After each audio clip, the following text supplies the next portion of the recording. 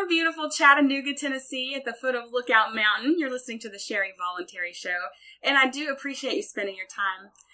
Today, I have a really, it's more of a treat for me, but I know you guys are going to enjoy it too. My dear old friend, Wes Johnson, who has been through many things, but one of the things he has been for a long time is a cannabis activist. Very active. Very active, yes. One of the most active people I know. I'm going to have a conversation with him today about just the experience in his life and what some of the costs, because he fought the law and sort of won, but there's still a high price to pay.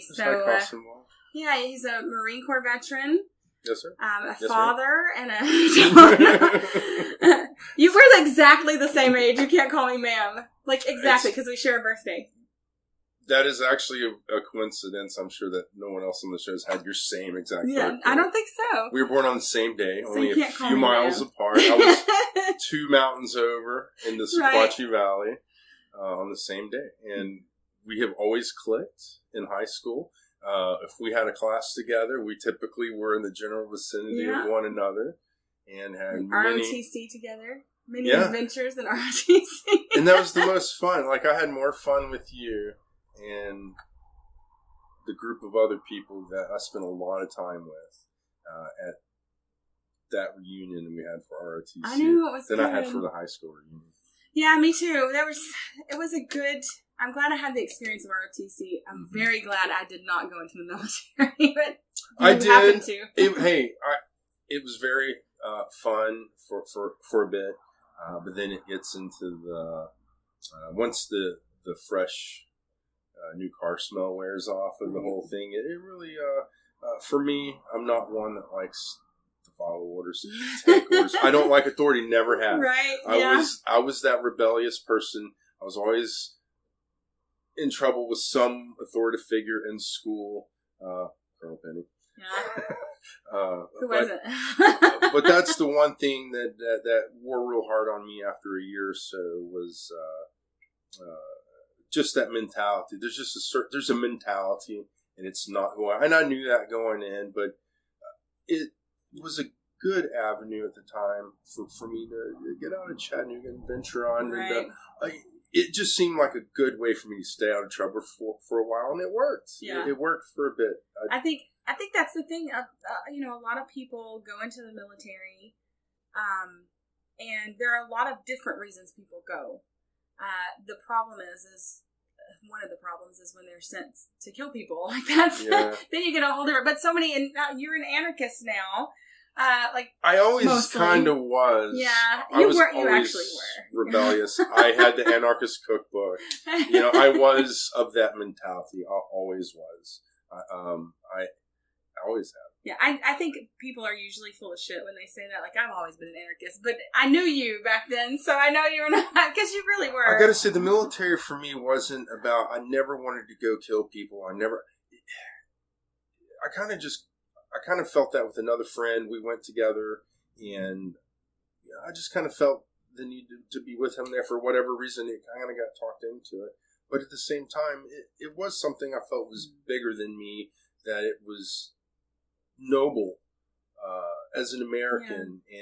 But through the experiences I've had simply with something of cannabis, obviously that's why I'm here, it has...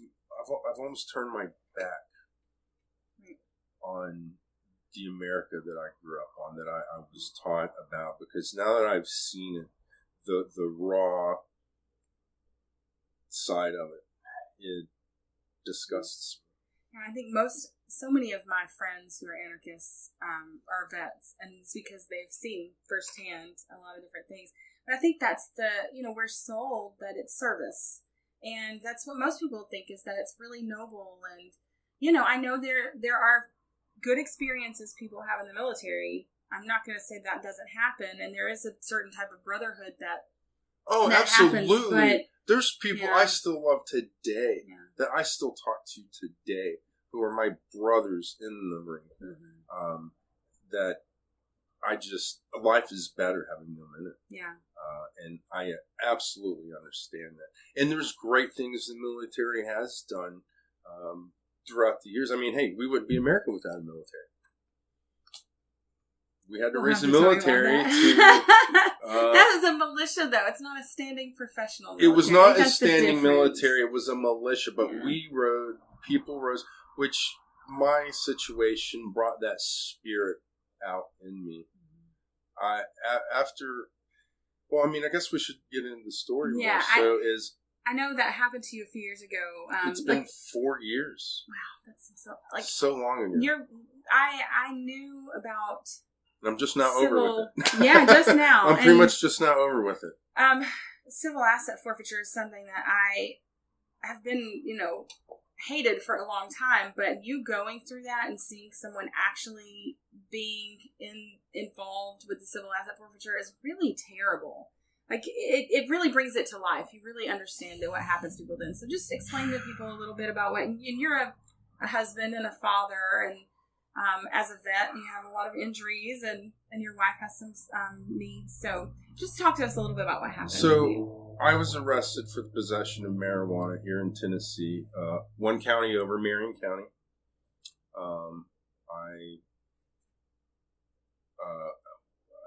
I guess I could get into details with it. I just don't want to make too long of a story. But long story short, someone who I deeply trusted, who was a friend of mine for a handful of years. I love the guy. He found himself in trouble and turned it over on me to get himself out. And I never known him having to do any jail time or probation, never heard of anything of that nature. So whatever he did work out some sort of agreement. And hey, you know what? I don't hold it against him that I did. I hate it for me. I understand there's a lot of pressure on people. Someone shouldn't be forced to choose between what they know to be right and the friend and their freedom, their consequences because of something that they did that they know wasn't wrong. But anyway, I get it. I know why people do it. But when it was my turn, you better believe with my spirit of rebellion and, hey, I would rather die. Literally, I would rather die than have any knowledge of the next person. That is a stance I take because it's that personal. Always has been. And so I get arrested. They seize my vehicle.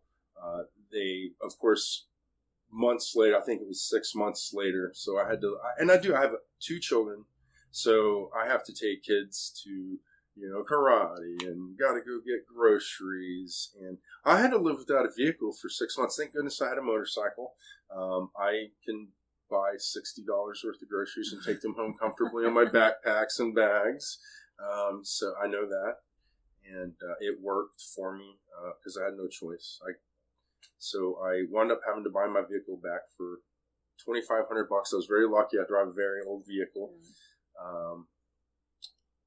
But while I was there in the building, the lady comes down from Knoxville at the time. I don't know who's in charge of it now, but I guess that's their district. And then they come down from Knoxville and they sit down at a building right over somewhere in this area, somewhere near Lookout in this area.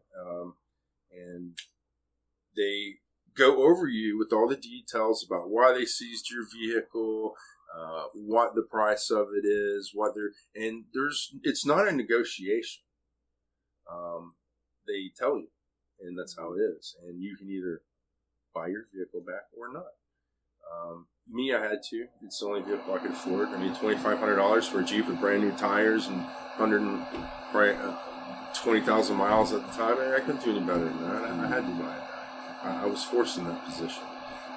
It was a shakedown. The whole way going through it, and I had my mom with me, is we just kept referring to it as the Great Shakedown because every time I turned a corner through this whole process, it was more money, more money.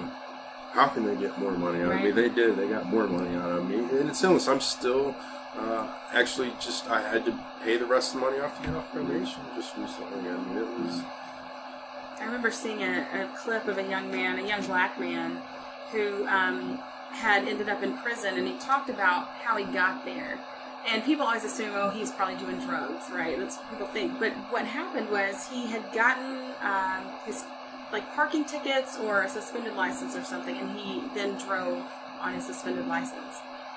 And from there, it was just a downward spiral because of all the money involved, the court appearances, and then every time he didn't appear, it was another charge. So he ended up, I think, eventually having to sell drugs or steal, something like that. I need to find the video to pay again the court fine to try and feed his family, and he ended up in prison eventually. So that's what I think people don't understand when they advocate for such a hardcore stance against drugs. What they really do is make people who would never be criminals. For one, you're criminalizing something that shouldn't be criminal, but you're also encouraging, incentivizing, because all of life is about incentives. People are going to still need to feed their families. And if you take, especially the working poor who cannot just take the hit and pay the fines, then they're without a car. But they have to still make money to survive. So you're putting them in a situation where they have to pick to choose to obey the law to keep themselves out of jail, or to let their kids starve. And I can give you more detail on that. I myself was forced with those decisions. I have a mortgage, I have insurance, life insurance, food for the kids, every bill that everybody else has in it. And I don't have the best. I've been a chef, I'm in construction. Things I love, I did. I love cooking, I love food. Unfortunately, it's not an industry that pays big dollars. I mean, very few people are going to be, the next Bobby Flay. I'm not that guy. It's not going to be me. And then that's how you would make that money in the industry. But I'm the person you don't see behind the scenes, making sure it gets done. And it's very tough to have that income and to pay a lawyer. Because let me tell you right now, Sherry, I had whatever they classify it as, I had 12 pounds of cannabis that I was arrested with here in Tennessee. I had one charge, which was the possession with intent, which is the intent to distribute, transport. They fit it all in. The law is so awesome the way these people write all these wonderful details in there. Well, they're going to get you on anything because all those details are in there. The law is a web, and it's intended to catch people. It's intended, not them. It's a net, and they suck you in. But I was forced to, in order to stay compliant with the law and out of jail, I was forced to put myself in the credit card debt, which I have never had in my life. Which is some of the worst debt because the interest rates are so high. It's been a struggle. It's been a struggle, but I was forced to put myself into that to pay for all these things. But because I got a lawyer of my own and didn't rely on the system to provide it for me, for the incidents on that, I literally only did, I got a 90-day sentence. The judge insisted on a felony. And I'm telling you now, had I went with another lawyer initially from my first lawyer, I would have been connected with people within the system, and I would not have gotten them because I would have handpicked a judge, which is what these people do. It's a nice, clever system if you have money. And this is the side that people don't see. I seen it. I went through it. If I had found the right guy initially, and I already knew him, and I just didn't want it, I didn't want anybody to know. I didn't want to tell my mom about that. I wanted to keep it because to me it wasn't a major offense. It was weed. Right. It was medicine. It wasn't violence. It wasn't anything. I wasn't doing anything wrong. What I had was for me, my wife, and loved ones and friends who, many of us, are very sick. Some are now dead, who died before this happened, people who died after this happened. Mainly from cancer, those folks. And your wife has a chronic She has lupus. As well, We found out, which led to this, is this was medical grade coming out of another state that my friend was involved with. He knew the guy and was able to, he was bringing that to here so that it could be turned into medicine. It was legitimately medically grown. No herbicides, pesticides, clean, legal way it should be. And well, like once it went past the state line, all of a sudden became illegal. But it was something that we've been taking. Every doctor prescribed this. It was the easy go-to. It's, hey, take 2 aspirin and call me in the morning. It was cannabis 100 years ago. Until all of a sudden... I think even up to the 1920s, if I'm not mistaken. I could be mistaken. Up till 37 was the year that they made it illegal. So that up to that point, it was sold. And it was Schedule 1, correct? And this is... Schedule 1. I used to work in the pharmaceutical industry, and what a lot of people don't know is that at a Schedule 1, they say this drug has no value whatsoever. You can't even do research on it. That's why there's not a lot of cannabis research right now. We're just in infancy. Because... There's all the cannabis research right now. Unfortunately, it's not in the hands of the FDA. Right.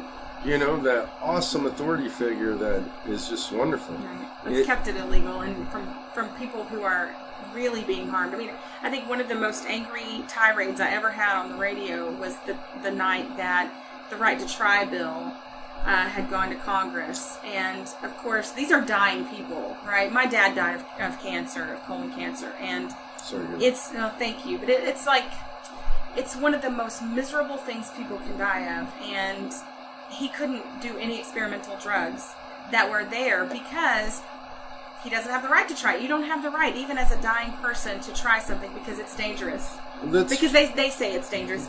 What really bothers me about this situation is I've been using it for medicine for years. I have my medical marijuana card in the state of Georgia, which to bring this all back here. Do you have your medical marijuana card? We have to get a picture later of it doing a show. I'll have to run and get it something in my wallet. Yes. I do have to get that. He has a saga on Facebook. Yes. If you follow Wes, you'll see the saga of all the things he and his medical marijuana. I have an Instagram account called Medical Marijuana Card Adventures, and everything I've done from reporting the news on gas main leaks to hang gliding and paragliding to cooking dinner, I've done with my medical marijuana card. I do it to bring attention to the fact that I've suffered greatly. Many people have suffered greatly. I can't put this just on myself. I've seen way more people because I'm in the network. I've seen dozens of people I know over the years that have had to go through this. But I'm just fortunate that, like I said, that I spent the money to get within the right areas and just have things. I had a very light sentence of 90 days. He insisted on the felony. I did 33 of the days. On work release, I left every day and went to a job and came back. Those were my agreements, but because I had no way out, the judge would not do it. I took it to trial, and the state of Tennessee. I know you're big on, and I am too, of jury nullification,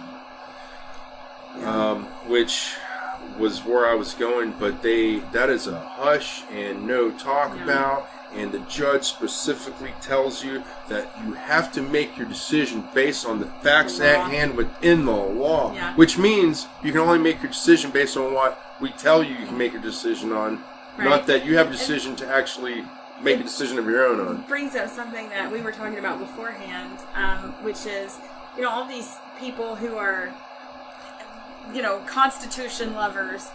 Nullification is a big part of that, and the founders talked about nullification and how it's the balance for the system where a jury can say, in the society we live in, this is not a bad thing. We don't want anyone prosecuted for it. It ensures our freedoms, even when they've been taken away. Because if that is the common bond between us, is that we feel that this should not happen, you should by all means.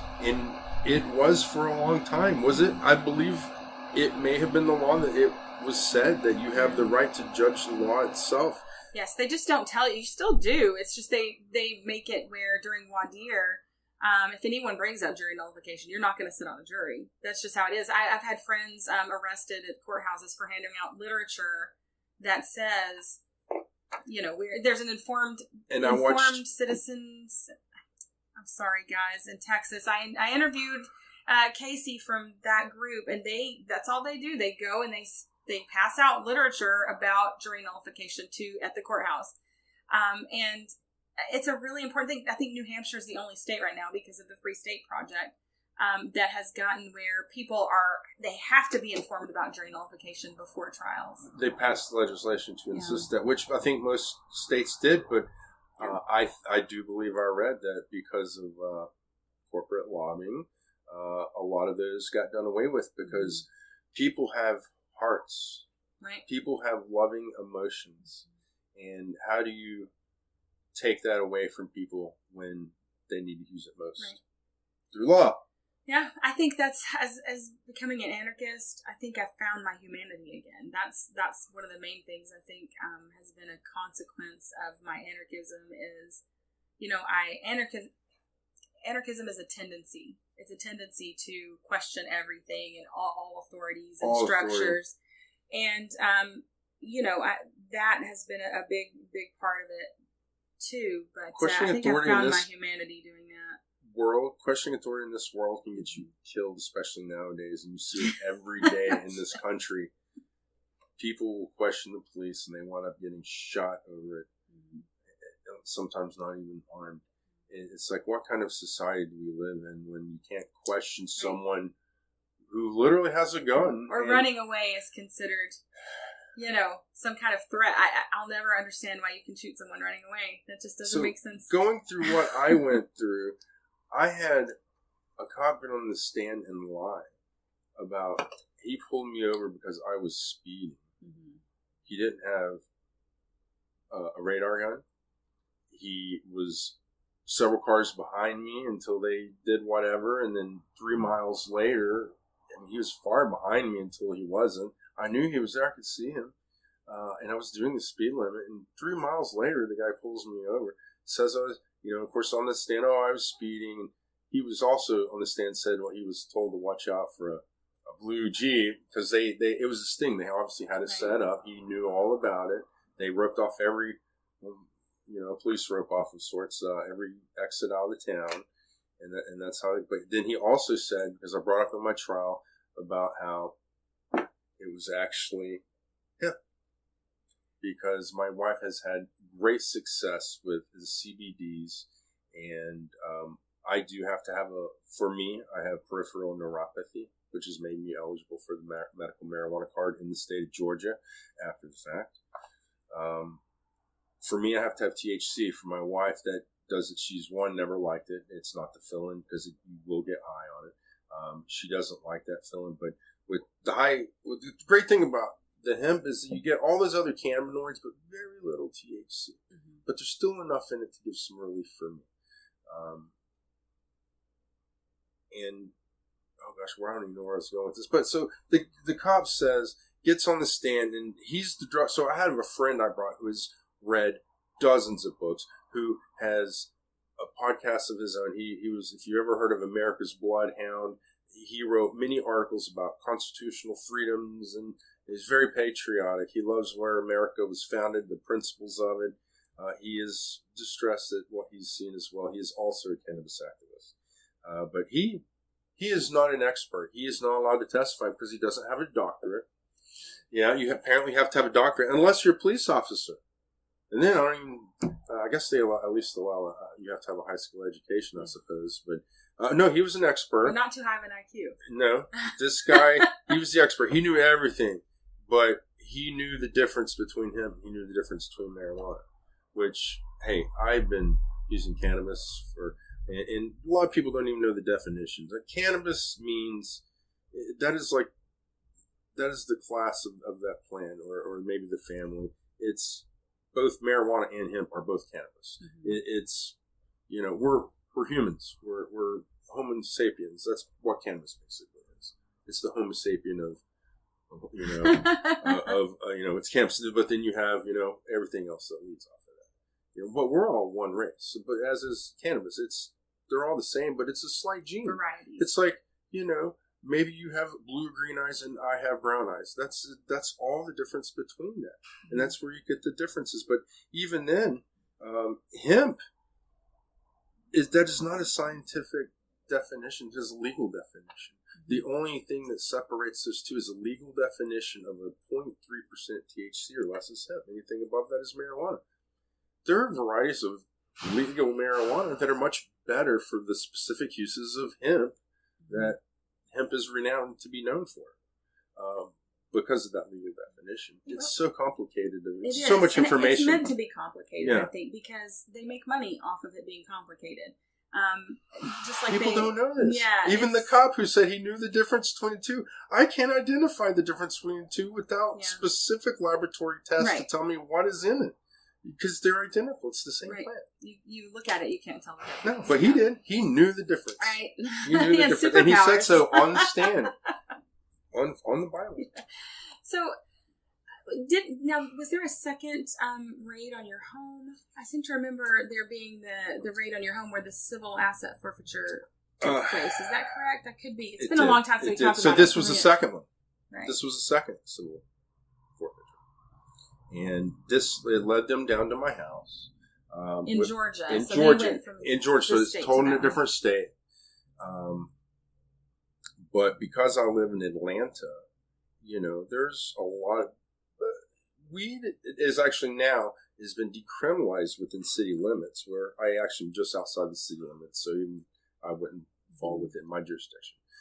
But it's for years it's not really a big deal in Atlanta. I mean, everybody knows. The 420 Fest started there, I think, wasn't it? Or the Black Crows when we were in high school used to have. We have 420 Fest every year in Piedmont Park every year since I've lived there for over 20 years. I think it's happened every year. It's been a long. I know it started when we were in high school. It's forever old. Well, it's as old as we are, I guess. So I'm pretty sure that's where that started. Mm-hmm. But so it's around. Everybody knows about it, and it's not a big deal. That was way more severe than this because I was growing more specific stuff for me. I do, like I was said, require THC, and for years I've known that as long as I kept it in my system, I didn't have the shooting nerve pain that I have that shoots from the nerves down. Paralyzing. Too. I can't work. I can't think. I just take painkillers to hopefully knock me out, which you can only sleep so much in a day. But that is my only, and it's not even a relief because I'm still miserable. But basically on probation, it was the most torture I've ever been on my life. Having to go through the pain I went through. I've eaten more painkillers, more opiates, more anti-inflammatories in the 4 years I had to go through this than any point in my life. Because I was forced to. Before, I relied on cannabis. I knew I couldn't overdose. I got the munchies, big deal. My eyes got a little red. I sometimes get a little tired from it. But, there's a side effects to any medication. I take opiates, I become irritable asshole. My own family doesn't like being around me. I don't like being around them, especially the first 2 days when my body's adjusting to the opiates. And then once it sets in, then there's other things. There's constipation you have to worry about. This last time I was on for 30 days. I've never in my life had to take painkillers 30 days because I was on probation. Right. But it took me that long to find what I needed because I'm so far removed after 4 years of being removed from the system. No one wants to talk to me once when you say the system, you mean the cannabis being removed system. From my environment. I don't mean the system, the environment. So people don't want to talk to you once you get busted, and then you lose track of them. And people would help you if they knew you were in pain, but it took me 30 days to find an edible because I have to eat it. Smoking it doesn't work if I'm having an attack. It must process through the liver. I think it gets converted over to another, maybe anandamide, which is what your body makes. We have an endocannabinoid system. So there's... Our bodies are made to process it. Mimics. They're basically a mirror image chemical construct. So the reason you get high from weed is that one molecule of THC is identical to the one that has a lock and key that fits your brain, that gives you that buzz. They're connected. Cannabis is part of us. I mean, we were, I feel that maybe we evolved together. Just because it's been part of me my entire life. Since I first tried it, I knew right then and there that this was something that would be part of my life forever. I didn't know, however, that it would be such a toll on my life. So this raid down here had multiple charges of possession, obviously, manufacturing. I was growing my own specific strains for what I needed. Then there was I didn't even know I had a handgun. I had an ammunition box after a fishing trip with one of my friends who you know dearly. And it was in my car, and I was working, so I put it in the house. And at the very bottom of this, his little gun didn't even work. He didn't even know. I was like, oh, man, I haven't seen that in years. I was wondering what happened to it. It wasn't even my gun. Didn't even know about it. I went up with a gun charge. That's automatic 5 years, you know, as far as what they can put you in jail for. But because I hired a $10,000 high-end famous lawyer, I'm not going to mention any names, but you did a very good job. I was amazed. I had to go to court 3 weeks later, and it was basically a roll call. They hadn't indicted me yet, so it's like, you got to come back when they indict you. That was 2 weeks later. They indicted me, and my next court date was 5 weeks after the fact that they came into my house. One, they took $25,000 I had saved over my entire lifetime from waiting tables in my safe. Money that I feel a certain amount of money I need to keep out. They took my money. They took all my medicines, from my oils to my smokable cannabis. They took it all. Actually, they left some, and I found it later. But it's crazy. They broke my house too. They tore my house apart. And then they didn't take your TV too? They took the lights. They didn't take the system. They left the growing system there, probably because it was soaked with water. It was a hydroponic system. They left it. They left the mess because they drained it all over my floor in the basement. They left the mess. They ripped down ventilation. That was part of my house, not part of that. They just didn't care. And I heard them laughing about it while I was upstairs in handcuffs, dealing with other police. The thing is, they didn't take what you needed to grow it. Like, they left most of it there so you could start up They again. left a lot of it. Because they don't really care about it. The thing that bothered me more the whole time, the 3 days I had to sit in jail waiting for bond, was my glass. My pieces that I consumed the marijuana. Because I've had them for so long, 20 years, and those manufacturers aren't made. They're probably worth a fortune. They're probably antique collectibles. I don't know. But I was for certain they took my stuff. And I get back home, and they're sitting on the counter lined up, and they left them for me, I guess. Because I guess when I got home, I actually got home on 4/20. I got out of jail on 4/20, so the first thing I did was smoke. That's amazing that they left them there for you. And I think that goes to the point that they really don't care. Most law enforcement doesn't care that people smoke cannabis. They will even tell you. Not really. Potheads are the least. Yes, they tell you that until they're arresting you for it. But they'll still arrest you because they're order followers, and they don't care about their morality or anyone else. They follow the orders. That's what they're paid to do. Do you think the police would still arrest people if they knew that people like me, who took painkillers for 30 days until they could find an edible, knowing goddamn well that if they got caught with it, they'd be in jail, and just because they knew it was the only relief that they could get, and then to eat it, and the next morning wake up and not have to take painkiller? That happened to me twice on probation.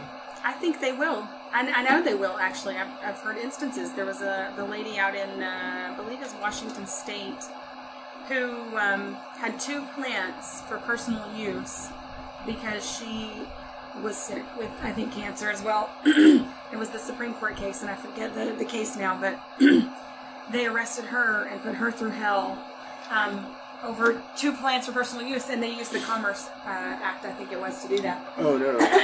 Because how did you get it? That was what they wanted. How did you get it? So they said it had to have come from out of state. So therefore, I went to the Supreme Court. I'd have to find it again, but I think people who are trained to follow orders, they see the virtue in following the order. There's no virtue in the actual thinking or in what people have going on. You know, I think most people can connect on this. I guess the majority of Americans, I guess you could say, are Christian, or at least were raised in an environment. 85% identify as Christian. So they know, at least they know about it, whether they follow it or not. But this concept isn't too far. Is a concept of morality. What's more important? If you're going to get to heaven, is it because you did what God wanted you to and you followed your moral heart? or because you followed a law. Right. What's going to get you into heaven? You know, we need to make these people over here suffer because they're trying to use a medicine that was used for thousands of years. Or, hey, is that right? I mean, at some point you have to draw a line and say, you know what? This is wrong. Mm-hmm. This is wrong. But we were lied to. We went to school together. Just say no. Right. Dare. We have been taught the whole time to hate drugs, that they're bad. Let's just stick specifically to cannabis. That it's highly addictive. That, you know, potheads, that you're unproductive, right. And then it will ruin your life. Which I guess in certain cases like mine, it almost felt as if my life was ruined. With the police, it will. It ruins your life that way. But other than that, I've never had it affect my life. But on that subject, people have to stop lying to the children, Sherry. I have 2 children, 12 and 14. 13 and 14 now. He just turned 13. They both, since before I got arrested, knew that I was using cannabis. We called it Daddy's Yuck Yuck. But they knew, and they knew that they weren't allowed to talk to anybody about it or tell it because it would get me in trouble, that I would go to jail, because my wife had this incident happen when she was a kid. They were at school and they said, if you know anybody doing these drugs or blah, blah, blah, please tell us. And she goes, my mom takes pills every day. Authorities show up to my wife's house. She's a little kid. Authorities show up, make their way into the house. Her mom's taking prenatal vitamins because she's pregnant with her brother. Wow. This is how extreme. They come to our children's schools to prey on us.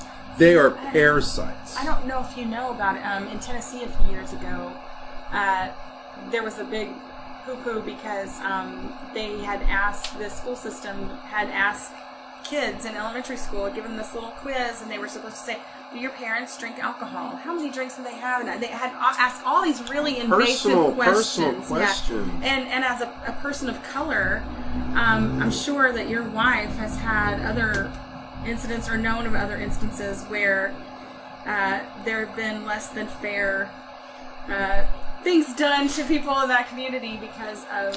Well, let's just put it this way. When a white guy like me pays a lot of money to a nice Jewish lawyer who has a reputation, and I get a 90-day program where I had to take 2 piss tests, take a drug evaluation, I do community service, which they initially said, I want to say they did 40 hours. When I got there, they said, oh, we'll just do 24. And then when I got to the place that did it, they loved me so much. After 12 hours, he says, here, you don't come back. You did more work than anybody else does. Because I have a work ethic. Like, I want to work. I want to make people happy. Like, I just want to get stuff done. Right? Yeah. He had never seen that. Oh, he had, like, very... That's what I was going to say about you. You know, the idea that potheads... I say that because that's what law enforcement generally calls people. But people who use cannabis that are lazy. And you're one of the most active people. Like, you probably get to most people's normal hyperactivity when you smoke because you're just such a highly active person. I want to say it balances me out. I found out when I first used it in high school, I was probably that kid that would have been diagnosed with ADHD. Yeah. I couldn't sit still. I still can't sit still. Mainly now it's typically more of nerve issue, more pain, is I can't sit still because I'm uncomfortable. That's typically why you see me moving so much, is I can't stay in the same room, can't stay seated. But back then, I can't focus if I'm not moving around, because that's human nature, I feel. Is I wasn't meant to be in that environment. It's an environmental adaptation of some sort. It's deeper than... There's no drug that's going to fix it. You know, they try to give you drugs for it, but it's not... Yeah. It's not something you should be so wholeheartedly medicating unless there are specific issues. I think for me it was more of... I think it was the authoritative thing is what really had my parents up in... I can see why parents medicate their kids. I never luckily had to get to that point. It was really in its threshold during our age group. I know when I was in elementary school, my mom has told me before that somebody, because I was hyper and I didn't concentrate well, but it might have been because of all the crap I had going on at home, but they wanted to put me on Ritalin. And she refused. She's like, I'm not putting my daughter on Ritalin for being a little kid. And then you look and see what's happened to people that were on, they got a large heart. Some kids are dying from it. It's, people are having adverse effects to it. Whereas, once I found cannabis, I loved it. I kind of stuck with it. I have to laugh when you say that because I know if anybody loves it. I did in high school. I was a runner. I was one of the fastest kids in my school. I got recruited to do cross country. I never made to one single cross country practice, and I was on the varsity team because my schedule was so chaotic. I was doing aquatic biology 2 days a week, 3 days of ROTC after school. 3 days I had to go to work. I was doing DECA marketing, so I had to co-op with work, and I had to be there. Yeah, man, I was so busy. I never sat still. I kind of really still don't. But yeah, I mean, there are times where, like last night, I used my cannabis that I am legally allowed to use with my card. And, I was really tired after a long day of work, and it pretty much laid me down at the end of the day. You did a very physical job, too, so... We're doing a lot of stuff yesterday, a lot of physical work, which sometimes I gotta say I do love to sweat. I feel better doing that than any job I've ever had where I wasn't physically doing something. I'm not a person that can sit in an office. I can't do it. I never would be able to. What else did we need to cover? Well, I know that you had mentioned, and I think the point about hiding from kids is really, really good because it should be normalized. It should not, if you're taking a pill that the doctor has given you, you wouldn't hide that from your kids. No. But why should you hide what is actual but even if you for you? didn't hide it, in my wife's mother's case, they're still show up to your house even if you're not breaking the law. Yeah. But here's the thing.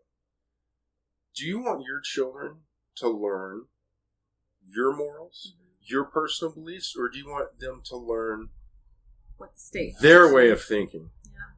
Because I specifically know what I learned in school, and I didn't want that to be my children. But here I am, and I have friends in my circle who use cannabis every day, and they smoke it, and I know their kids at this. You got a kid 15, 17 years old, gotta know. Yet they will not talk to their kids about it because they're fearful of talking to their kids about it. And I'm like, what are you scared of? Is your kid going to hate you? Right. They probably already know. I smell it on you when you got to, when we went to go have a beer last week or what. No, I'm not talking to you in general. I've actually don't think, it's okay. I don't know that I've ever smoked weed with you, Sherry. I don't know what we did in high school. Yeah. I know I was always smoking it, but we didn't. We hung out in passing more than anything. Yeah. Like if we weren't in school. All group of friends. All the same friends, but together. I was always skating and doing this crazy stuff that most people didn't do. Well, I guess most of us teenagers did. Yeah. And we were in Rangers. You were in Rangers, right? Yes. In ROTC, so we were in Rangers together. Yes, and I got lost in the field. My senior year, which if I had to take a drug test, it would have been stripped from me. Won first place at the regionals.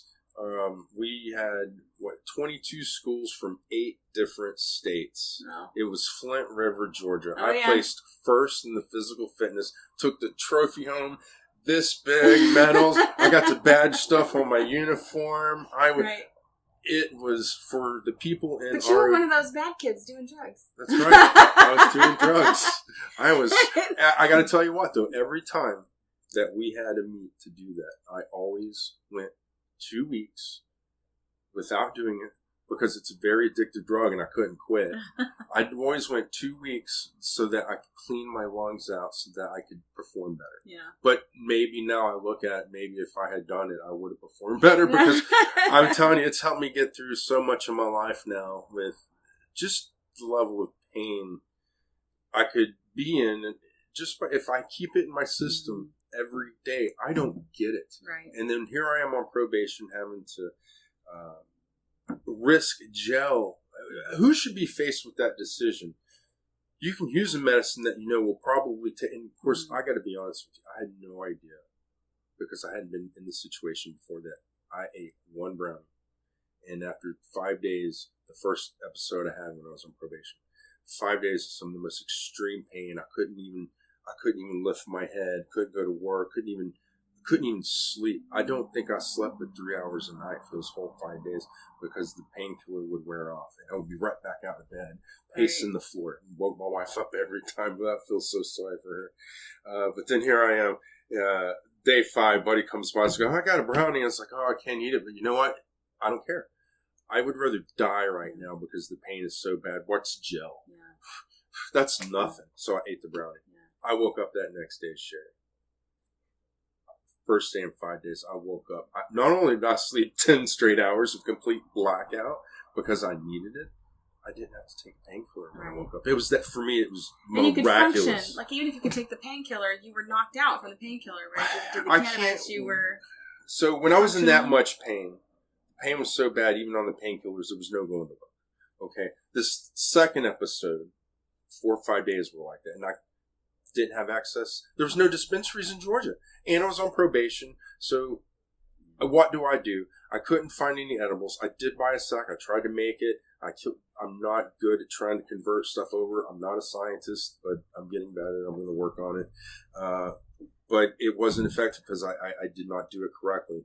But when I finally found someone 30 days later, the first 4 days or so, I couldn't go to work. It was so intense. And then I started being able to where it got to a point where I could go to work. But then I was handicapped at work, I guess you could say, where I couldn't look up. So anytime I had to do something, someone's getting my attention, I'd have to put my body in weird positions to see this. It was brutal for 30 days. And then you take certain days where it's worse than others and you take a certain amount of painkillers. Man, I work on scaffolding. I hang from ropes on occasion. That's not really the kind of thing you do when your equilibrium gets so screwed up. I don't get that with cannabis. I don't get disoriented like I do with opiates. They literally put a fog on me, and I get very nauseous. That's the main thing, is if I'm in a lot of pain and having to take them, I get so sick I throw up, I sweats. They're very uncomfortable. Terrible. Very uncomfortable. Yeah, I think it's a great point, is that we live in a society where so many people would rather see people punished for breaking the law and make them choose between living in pain or being able to cope with that pain and have a life. And have a life. Or safely, jail. Safely. Yeah. Because that's what cannabis has done for me for so many years, is knowing I'm using it, that it's preventing. I never have had these attacks prior because I kept THC in my system. However, every time I quit, clear myself out, because smoking is harmful on the lungs, even marijuana smoke. It's smoke. It's smoke. It bothers you. You get a cough.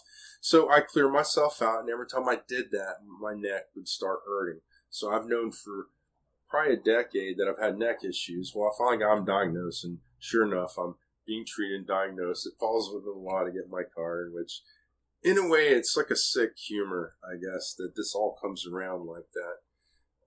To fight and struggle and to see how evil and corrupt the system is, because I had some money. I'm older. I was able to save money.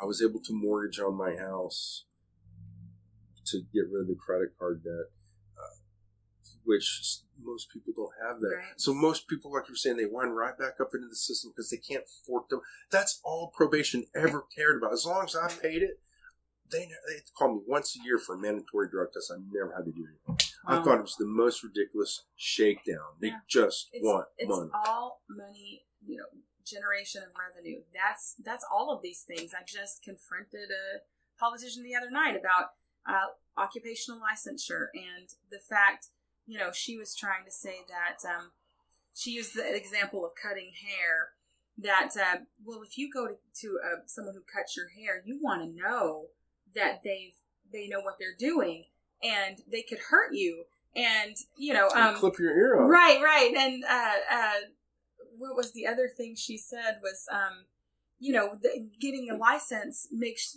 sure they know that. I was like, the state doesn't check. They don't test those people. You pay the money, you get the license. You can do that without, that school that they went to, they're accredited or they can monitor that. You can have private associations that do that. And plus, as far as damaging things go, like, I don't care if someone goes to school to cut my hair. You can learn that without going to school. And on the list of dangerous things and priorities, that's way on the bottom of the list. If I have a heart surgeon, I want to know that they know what they're doing, and that's more important that I actually know. But if they're just cutting my hair, it'll grow back. Like, I might not like it, but it will grow back. There are plenty of people who are licensed by the state who don't do a good job. So, it's this idea that the government is the solution for every problem, even the ones it creates. It creates problems, and so it's also the solution for those. And a lot of those licensure issues came out of just racism as much as the drug war did. So everything that's been bad in my life in 4 years was created by the government. Yeah, yes. Every atrocity in mankind has been created by some form of government. And that's a really good point, Wes, because you were a person. You were living your life, you were productive, you had a family, you were taking care of the pain issues that you had on your own, and still and I actually went beyond that too. I actually made a point to help many others out in my same situation. There were many people over the years, Sherry, with bipolar, cancer. I seen a guy who had Parkinson's disease, and for whatever reason, they came around as Master Kush. I'll specifically name that if anyone here has it. He found relief with Master Kush, where his tremors literally stopped. Yes. And he kept requesting it. And every time I was able to get it, I would. This is the thing that's weird about weed, okay? In a position of mine where I took so much love in it, people thanked me. I have never in my life felt so rewarded as a drug dealer. Right. I was a drug dealer. Oh my God. That was your real service to your country. That was the only service I've ever done that I felt absolutely proud of. I mean, I got to the knowledge I've gained over the 20 years I've really been into the scene of let's just say more the past 10 years or so, where there's so much going on in other states where there's medical programs. So there's so much varieties. There's so much more knowledge that the FDA still doesn't have in their files, even though there's all this research about it. There's just not enough research. How much do we need? Don't we need research to make something bad in the first place? I mean, I think the anecdotal research, if you want to call it that, of millions of people who have been saying for a long, long time that it's helped us, different. I know for myself with my arthritis, it helps. It helps the pain when I can't sleep or whatever. So I have people who've never used cannabis in their entire life. Since this has happened, I've become so outspoken. I've gotten to begin using CBD. It's funny you say that because you were outspoken before that. But go ahead. So I've gotten people to at least try CBD from reputable sources like Charlotte's Web, where there's no THC in it, because some people have to pass tests. Right. If you need to pass a test because of your job, I understand. I get it. Right. People have to live. You have to survive. And I understand why people who use it hide and they don't tell people because they're fearful that the system will become vengeful on them and do what happened to me. And I know of someone else. I'm not sure if you know this person or not. We went to high school with, whose husband committed suicide a few years ago because of pain, and he was on opioids and things. Because they don't help for very long. They actually make pain worse after a while. I read that. Thank God I haven't been that. Yeah. So I think that's one of the other consequences is this man may still be alive if he were able to do something. There's some people who won't. They have that. They've been taught that breaking the law is wrong, and that there's virtue in following the law, whether it's right or not. And that leads some people to lose their eyesight because of glaucoma, or to kill themselves. I mean, he was in so much pain, and it's just really, it's a terrible situation. I have an example of that hit me close to home. And Sherry, this is very personal to me. My cousin I grew up with, he was like a brother. He had a very bad neck. I'm telling you, this is genetic. My mom had the same thing. My uncle had it's family with the neck issues. It's definitely genetic.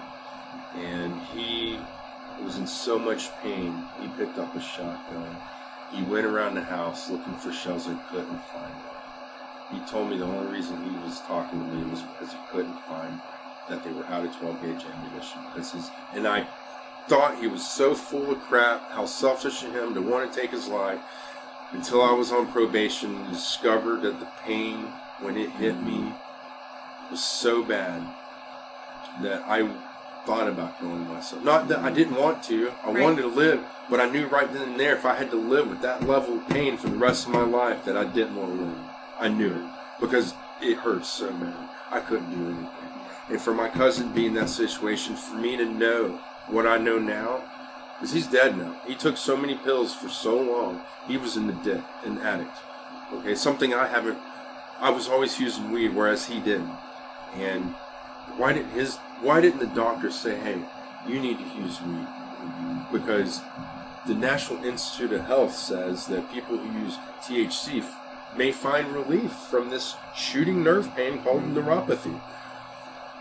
It's in the National Institute of Health. I've discovered this after I've done more research on my own diagnosis here. But it's sick and twisted that this is what we're dealing with in this country, where we have a system that says it's medicine, which is the medical system, is more and more becoming vocal about it. I helped a friend a couple of years ago get his card in Georgia for sickle cell. Because of his connection, he was able to get a link to be able to get his Georgia medical marijuana for others to do it on the sickle cell site, for Georgia sickle cell site, and it's progressing. So now this past week I've helped 2 veterans with PTSD get their cards, who one of them I had been helping, or I was years ago. I helped him for years and years acquire cannabis. And he, like me, has some specific strains that he finds most helpful to get to sleep at night. That's one of his things, is night terrors, which I don't want to say I developed PTSD because I've not been officially diagnosed, but to me, if you wake up in a night terror sweating and yelling, this happened to me even a week or 2 ago, 4 years later. 4 years later, Sherry, 4 years later. Woke up and I said, get out of my house, because I was having a dream these people were back in my house. I was so, I've never had a moment in my entire life that was so... terrifying. I'm trying to look for the word, but when someone comes into your life, then that's not wanted. It's violation. Violated. That's the word. I've never in my life been so violated that I'm still having nightmares about it. Okay, and I'm telling you right now, it happened 2 weeks ago. I'm telling you, the weed doesn't work. So I guess it does, because this guy says without it, has far worse. But I think everybody knows that he uses cannabis quite often, knows that it affects your dreams and that you have less dreams.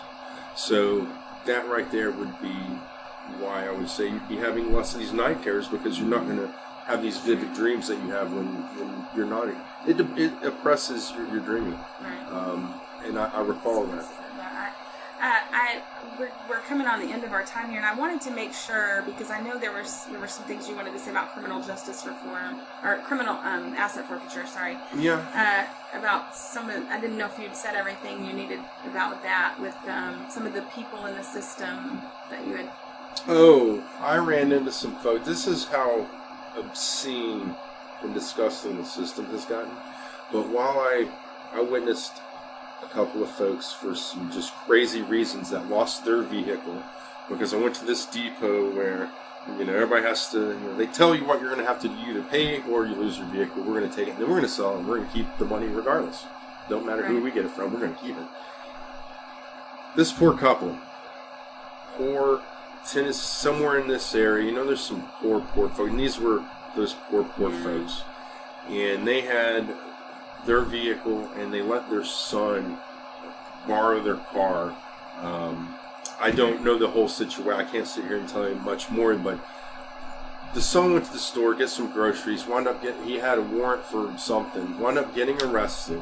They seize the car. Even though it doesn't belong to the son. Civil asset, because whatever his charges were, and now they're in a position trying to buy back their car. They had nothing to do with the crime. They only let their son borrow a car, but because they were involved through whatever means, I mean, if I let you borrow my car to go to the store and get cigarettes and you get arrested and they seize my...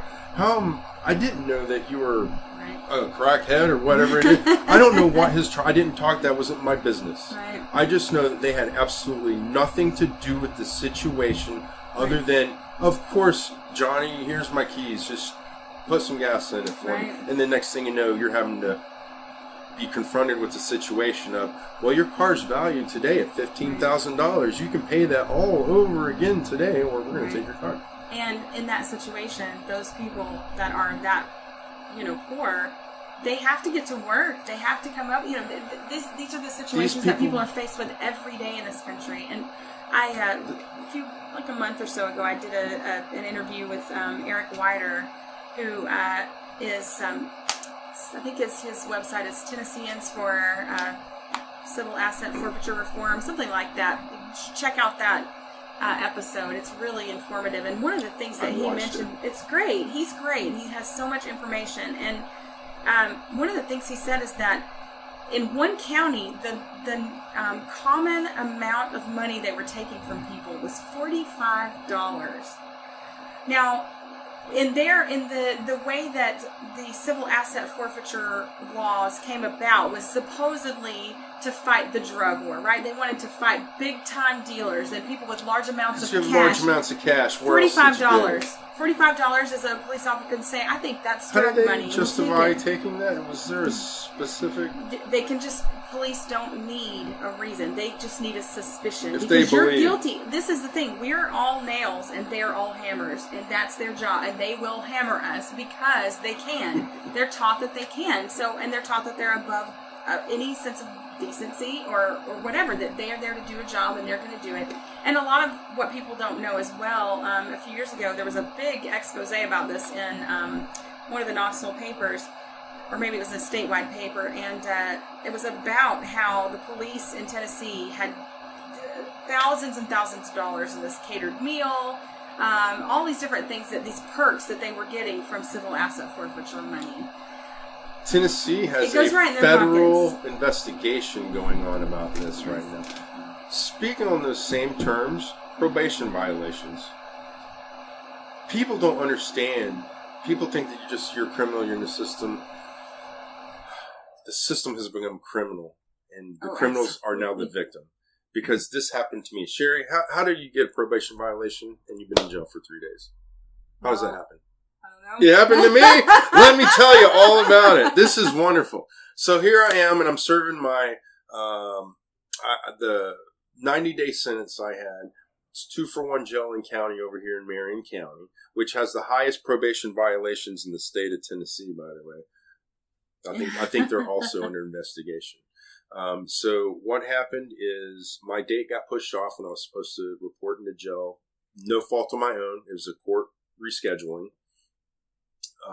So once my sentence took place, I met my probation officer. Specific instructions. You are to contact me after you do your jail time, and then we'll move forward from there. But do your jail time first. Report to me. Here's my information. Yes, ma'am. No problem. It got postponed, like I said. So I called the number, and it was weird. I was like, this isn't the person I met with. So I left a message. I assume it's, the company message. Just leave it on. They'll get it, right? Oh, no. They give me completely wrong information. Now, I feel that now that I found out that, so my probation violations, I got 3 of them. I got not reporting to jail on time, which I turned myself in the day I was supposed to. The second one was not paying my fines, which I'm not supposed to report to do that till after my jail. And the third is not reporting in to my probation officer, which I'm not supposed to do until I get after jail. So how did I get these charges? Well, the DA and the probation officer got together and discussed, hey, I think I can get some more charges on him. Because they only had one charge of possession of marijuana, and they wanted to make it as harsh as they could for me. Mm-hmm. But while I was sitting in jail, I heard multiple stories about this. I'm here because they said I did this, and I'm not. Mm-hmm. And the guy's still sitting, he's still in there. Because it's a probation violation, there's like a mandatory, there's extra time you got to spend in jail. Right. You're in the system, you're making money for it. Mm-hmm. But to do that to someone intentionally, to trip them up when they're already on the ground, to go kick them while they're down, this is what police officers are doing. The DA, the probation officers, the judges obviously know about it because I had a lawyer. They didn't think I had a lawyer. I think they're doing everybody. So they pushed me trying to get me to sign all this non-lawyer crap. And I'm like, I have a lawyer. I'm not signing. No, you need to fill it out. I'm like, no, I don't. Go get my lawyer. So finally I get a hold of my lawyer about this situation, dude. He loses it. He thinks he's friends with this DA. Apparently he's not. Because whose friends turns around and stabs his client in the back knowing damn well his client did nothing wrong so they could get more charges. What's more charges equal? More money. Because every charge I had came with a fine and came with court costs per charge. Right. So every charge that sticks, they're getting paid. The judge is making his money that way. The court clerks are making their money that way. There's a lot of mouths to feed in this thing we call the system. Right. And when you're talking to a bureaucrat, they're all cops. That's what Scott Horton always says is when you walk into a courtroom or a federal building or a state building, they're all cops. They can all you're the bureaucrat that's taking the fine from you. If you don't have the money, they can violate you. They all are part of that bureaucracy, and they don't really care what has happened to you. They don't care that you were told, this or that the court date got moved. They're not taught that they need to think and go, okay, well that makes sense. You actually did. They knew my court date got moved. They worked within the system they've created to do as much damage to you financially. It's a financial shakedown. I just keep saying that word because that's the whole time I'm in it. That's what I felt. And then they've also done a good job with the indoctrination machine called public schools to teach people that you deserve it. You deserve it if you've done that. And I've met so many people who will talk about the bad things that have happened to them for situations such as your own, and they'll say, I know it was wrong, and I know I was wrong to do it.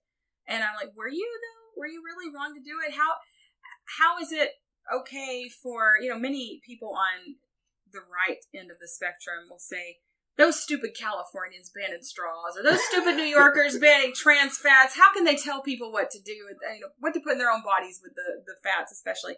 And yet, with cannabis, but it's not somehow different. It's not what they have emotional bonds to. It's what do I have emotional bonds to, and how can I make you do that? Yeah, Sherry, you should use cannabis because I say you should because I like it. That's no way to run a world, a country. I can't do that. I can't even do that for my own family. I love fish. Nobody in my family eats fish. No matter how much I tell them they need to eat, I think you should eat it. Why does this need to happen with my doctor-patient relationship? How do we go from something that everyone took for so long? I really can't understand how, if that's what you were using, all of a sudden you can't. What did happen to the people back then who had something like me? They knew that they were getting relief from it, and all of a sudden didn't. That was, I know, there's the Price Potter Foundation, I think it's called. Anyways, they've done nutritional studies for many, many years and taught nutrition. And Mr. Potter, I think it was I forget the details, but they would go into these indigenous societies after sugar had been introduced, and they had never had tooth problems before. They didn't have sugars and all of these issues. And I think it was with the Inuit in Canada. They said their first instances of ever having suicides was over tooth pain because there was nothing to take care of the tooth pain. Over sugar. Because of the sugar being introduced in the tooth decay. And pain is a very, very terrible thing people go through, and it's just the system that we have is set up because in to teach you and to show you that you are not capable of running your own life, that you need the system to tell you how to do it. The state has to tell you what's right and wrong, what's good and bad for your life, and that should apply to everyone in cookie cutter fashion. And it's just not the case. Well, I can promise you right now, if I were to follow that fine example, I'd be probably shooting heroin on her about now, because I would have no choices because of the amount of painkillers I would have to take to even come close to what the cannabis just cuts. I can deal with the dull ache. Like this past week, I've had a little bit of sciatica, and I've wanted to take pain medicine because it won't. It's that dull ache that won't go. It's an ache. It's no different than say, a knee pain or something. I mean, it's a dull ache, but it's not that sharp shooting tooth pain kind of. So that's what I can describe what peripheral neuropathy feels like to people. If you've ever had a toothache where you couldn't even put anything hot, cold, thing, couldn't sleep, imagine that, and it just doesn't go away for no breaks, constantly. That is what happens to me during these attacks. And to have something that literally overnight knocks it out and then it's gone, and then literally go, that first time I did it on probation, it was the only time I cheated at that time until the next one. And each time I went 1 year. It was 1 year, and then I had a 1 year break until the next episode, and I had to take it again. I went 2 months after that one brownie without having to take another painkiller. And then the next one I did take wasn't actually for my neck. It was because my knees were hurting by that dull ache. But now, because I'm legally able to use this oil, it's unfortunately in Georgia it's only 5%, but there's a lot of other cannabinoids in there like CBD. I try to get a full spectrum the best I can, and those to help a little bit with those aches. But without the THC, like I said, it won't help with that neuropathy. But as long as I take a little bit, I'm good. And just to be able to do that and function where, I would literally, if I did what the state wanted me to do, I'd probably be shooting heroin right now. And that's what they're causing people to do, is you get addicted to painkillers because of pain. And then now they tried to cut me off of them. The last time I went to the doctor over this, he said, this is the last I can give you because you've had all that we can give you. Now, it's been a while, so maybe they can give me more, but if I can just keep using this and not have to take them, I'm not going to need them. I think that's many people turn to the street heroin because they are still in pain and they're, or addicted, which is pain. Right, it's a own pain. People die in jail who've been arrested because they're on opiates. They die because of withdrawals. And then when you're in jail and you see this, I have a personal family member this happened to, but they were taking drugs they prescribed. They get to the jail and they say, I can't stop taking this drug. I've been taking it my whole life. You have to give it to me. What was a benzoate? He's been taking Valium for years and years and years, right? So they didn't give it to him after he demanded. He started hallucinating. He watched a village being built by these weird beings and his little hallucinations until my sister, his wife, called enough people to finally get someone to step in and to start giving him that medicine again. He almost died. He could have died. People do this in the system every day. People die because of the heartlessness. If you come in, you say, hey, I've been taking this my whole life. If I don't take it, I could this, and this has happened. I know people in jail aren't doctors, but at what point do they go, hey, you know what, maybe I should look into this because I don't want this on my conscience? People aren't using their morality in any of these situations. I mean, there comes a point, but that's where the test comes in, that there's 2/3 of people. If you've ever seen that study about how the Holocaust happens, 2/3 of humanity will Holocaust you. Yeah. Because they're obedient. It has a lot to do with, the indoctrination of obedience. So I think that's a good place for us to stop. And I know you're really passionate about this, and I really appreciate you coming to my show. And it's just been good to hang out with you again and see you. It was wonderful. Thank you for having me. Thank you for driving down here, Sherry. Of course. We met up in a great spot. Yeah. At hometown. Right, yeah. So, guys, thanks a lot for watching. I hope you found this informational. And If you'd like to support this program, you can go to the Sherry Voluntary Show. It's patreon.com/Sherry Voluntary. And until next time, peace.